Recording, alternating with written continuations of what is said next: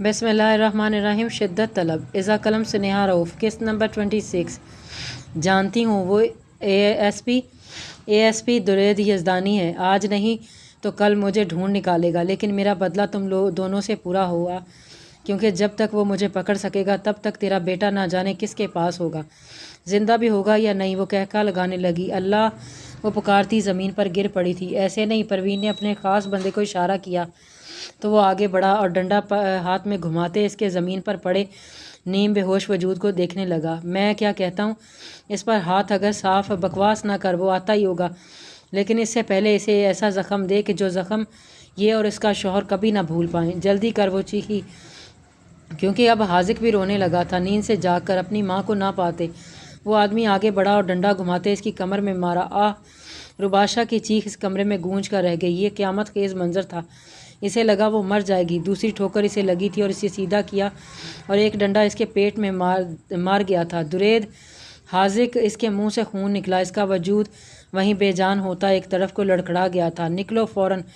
پروین نے کہا۔ اس کے سارے آدمی سب کو چھوڑتے باہر نکلے، جہاں گارڈ اور ڈرائیور اب اندر کوئی بھاگے آ رہے تھے۔ ان پر بھی ہاتھ صاف کر لو سالو!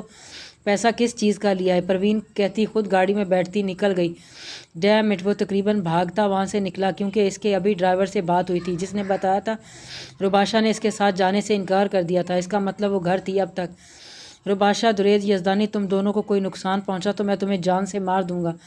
وہ 100 کی سپیڈ میں گاڑی بھگاتا گھر کی طرف آیا تھا۔ پولیس کا ایک اڈا ڈالا اس کے پیچھے تھا۔ وہ اندر داخل ہوا، گیٹ کھلا تھا اور اب آس پاس کے گھر والوں بھی باہر نکل آنے لگے تھے۔ یہ سوسائٹی تھی جہاں ایک گھر میں کیا ہو رہا تھا کسی دوسرے کو پتہ نہیں ہوتا تھا، کیونکہ سب اندر اے سی میں بیٹھے تھے، ایک دوسرے سے لاپرواہ۔ سوسائٹیز میں بے شک بہت زیادہ سہولیات ہوتی، لیکن زندگی سے دور تھے یہ لوگ۔ کسی کے گھر کوئی مر بھی جائے تو ساتھ والے کو خبر نہیں ہوتی۔ گارڈ اور ڈرائیور کو باہر ہی بری حالت میں دیکھ کر اس کا دل انجانے اندیشوں سے لرزا تھا۔ وہ اندر کی طرف بھاگا اور کچن کی دہلیز پر اسے بے حس و حرکت پڑے دیکھ زندگی میں پہلی بار اس کے قدم لڑکھڑائے تھے۔ وہ وہیں ساکت سا کھڑا رہا۔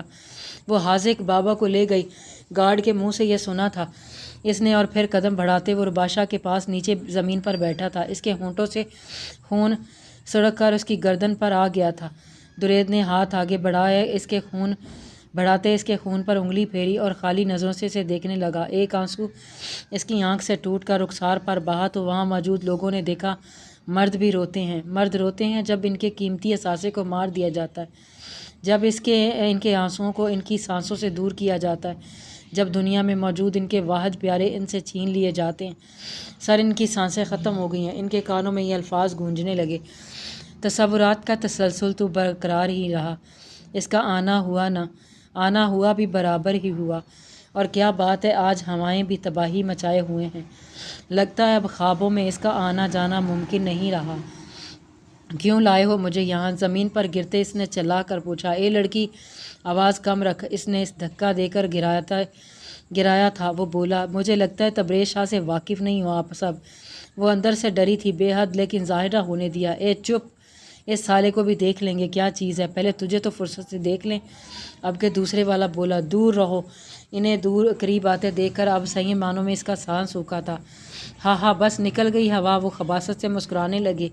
ابھی وہ اسے ہاتھ لگاتے جب دروازہ کھلا اور کوئی اندر داخل ہوا۔ کیا ہو رہا ہے یہ؟ سر لے آئے ہیں اسے؟ کب لے جانا ہے اسے؟ بس کچھ وقت ہے، میرا آدمی تمہیں یہاں سے نکال دے گا اور اسے جا کر بیچ دینا۔ جی بیچ دینا۔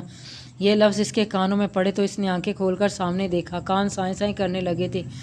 ٹھیک ہے، لیکن آپ کے بیٹے کی بیوی ہے، بہت کمال، مجھے لگتا ہے آپ کو بھی دیکھنی چاہیے، اس میں سے ایک نے کہا۔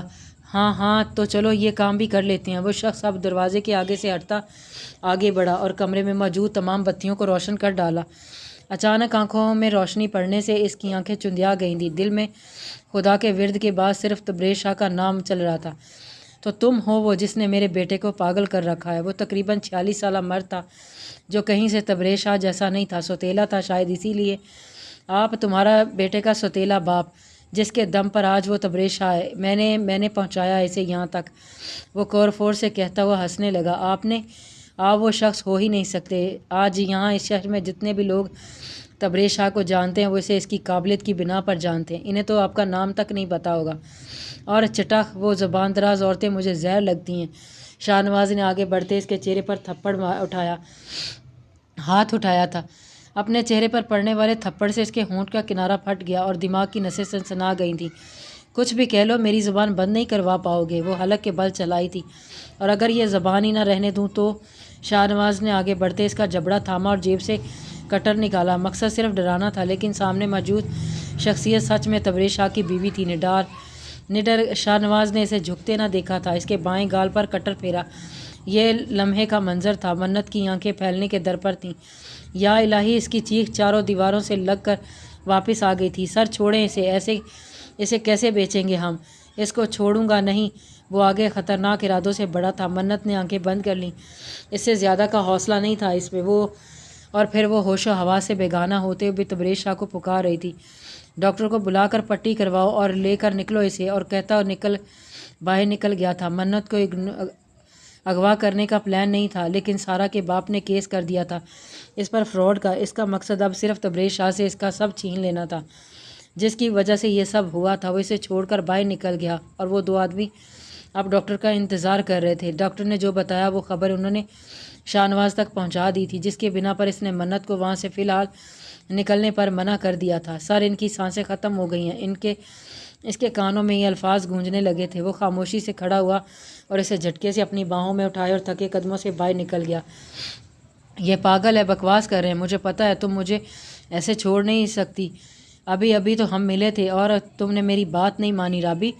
سب تباہ کر دیا تم نے۔ اسے ہسپتال پہنچاتے ہوئے اس کے ساتھ گزرے ماہوں وصال کی روداد اسے بتانے لگا، جس کا خون اب جم گیا تھا۔ ICU میں شفٹ کیا گیا تو وہ رکا نہیں، وہاں سے نکل آیا بنا یہ سنے اور جانے کہ وہ زندہ ہے بھی یا نہیں۔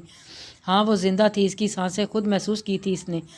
اسے اپنے بیٹے کو بچانا تھا۔ اب کیا قیامت خیز لمحہ تھا اس شخص کے لیے جس کی من چاہی بیوی اس وقت ہسپتال کے بستر پر بے دم پڑی تھی، اور بیٹا جو مہینے بھر کا نہیں تھا وہ اغوا ہو گیا تھا۔ اس نے آسمان کو دیکھا۔ میں نے امید نہیں کھوئی یا رب، وہ کہتا وہاں سے نکل گیا، کیونکہ وہ جانتا تھا باسط اور رباب پہنچ گئے ہوں گے۔ وہ تبریز شاہ وہ پولیس اسٹیشن پہنچا۔ اس کے تاثرات سخت تھے لیکن ساکن تھے۔ لوکیشن ٹریس کرو اس کی دوبارہ سے، اس نے حکم جاری کیا۔ گاڑیاں تیار کرواؤ اور وہ جہاں بھی ملے اسے مارنا نہیں۔ لیکن سر، ان کا تو انکاؤنٹر، جو کہا ہے وہ کرو، وہ خشک لہجے میں کہتا آگے بڑھا۔ سر، ہم بہت دیر سے لوکیشن ٹریس کر رہے ہیں لیکن کچھ فائدہ نہیں ہوا۔ اس عورت نے فون اپنا کہیں پھینک دیا تھا جہاں تک ہم پہنچے۔ وہ جگہ کون سی تھی؟ سر، لاہور سے باہر۔ تو چلو پھر، جس پسٹل سے دروازے کا لاک کھولا گیا اس کی معلومات؟ جی سر، کوئی شہروز نامی بندہ، اس کی لوکیشن ٹریس کریں۔ بدلے میں درید یزدانی نے اس نظر سے دیکھا کہ وہ شرمندہ ہو گیا۔ سر، یہ لوکیشن ملتان کی طرف کی ہے، لیکن ابھی بالکل درست جگہ کا نام نہیں بتا سکتے کیونکہ وہ سفر میں ہے۔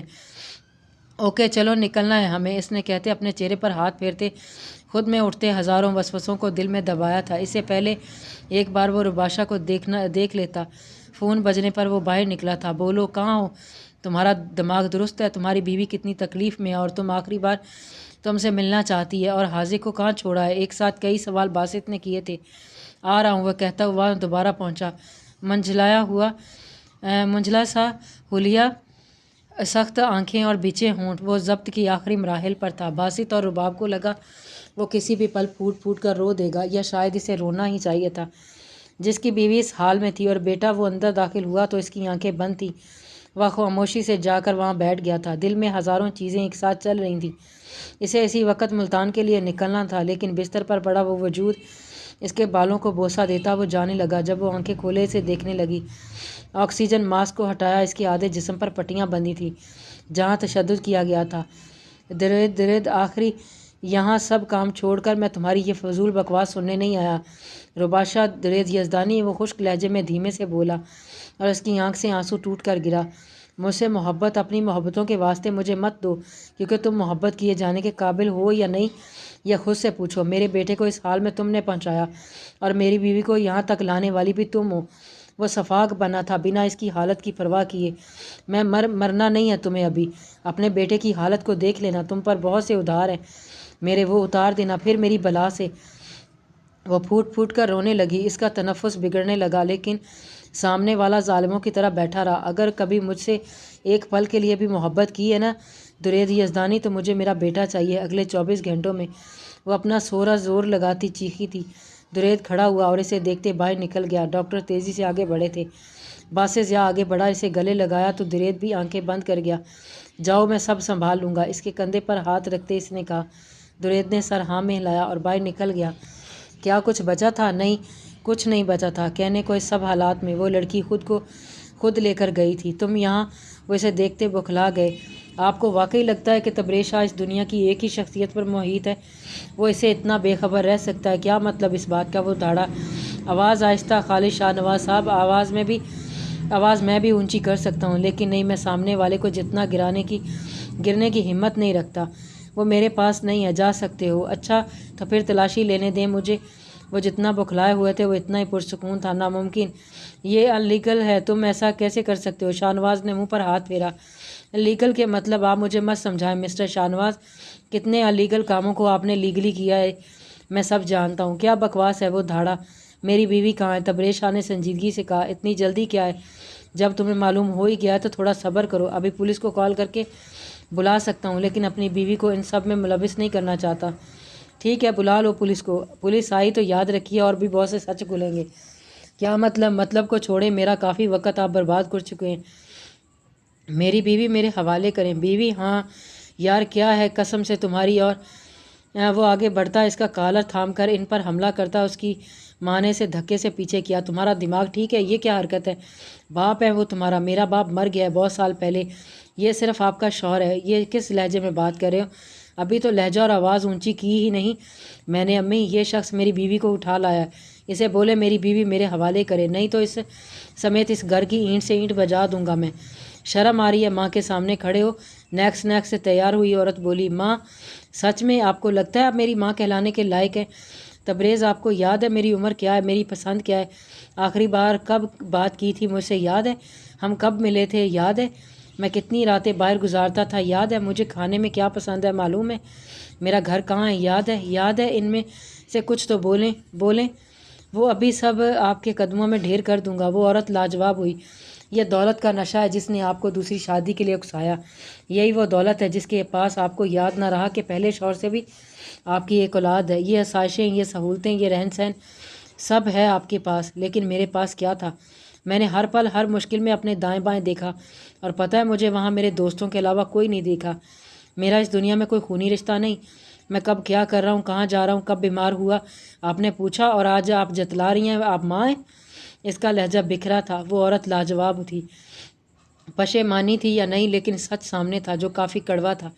وہ جانتی تھی ان کے بیٹے کا بولا حرف ٹھیک ہے، اور یہ شخص آج مجھ سے میرا سب لے آیا ہے۔ باسط نے اپنا سارا وقت رباب کو دیا، اس کی فکر کرنا، اس کے ساتھ رہنا۔ وہ جتنا کر پا رہا تھا کر رہا تھا۔ وہ ہر وقت یہاں سے وہاں گھومتی رہتی۔ کیا ہوا ہے؟ کیوں گھوم رہی ہو؟ میرے سر میں درد ہونے لگ گیا ہے۔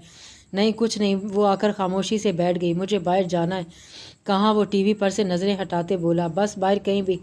اتنی دیر ہو گئی ہم باہر نہیں گئے۔ تم اس میں یوں پریشان ہونے کی یا زیادہ سوچنے کی کیا بات ہے؟ چلو تیار ہو کر آؤ، چلے جاتے ہیں۔ اوکے۔ وہ تیزی سے اٹھتی اندر چلی گئی تو باسط نے نفی میں سارے لایا۔ تیار ہونے میں اس نے پورا گھنٹہ لگا دیا۔ ایک سوٹ پہن کر دیکھتی، پھر دوسرا، اور آخرکار ایک سفید فراک پر اس نے افق کیا تھا جس کے ساتھ کا فروزی دوپٹہ تھا۔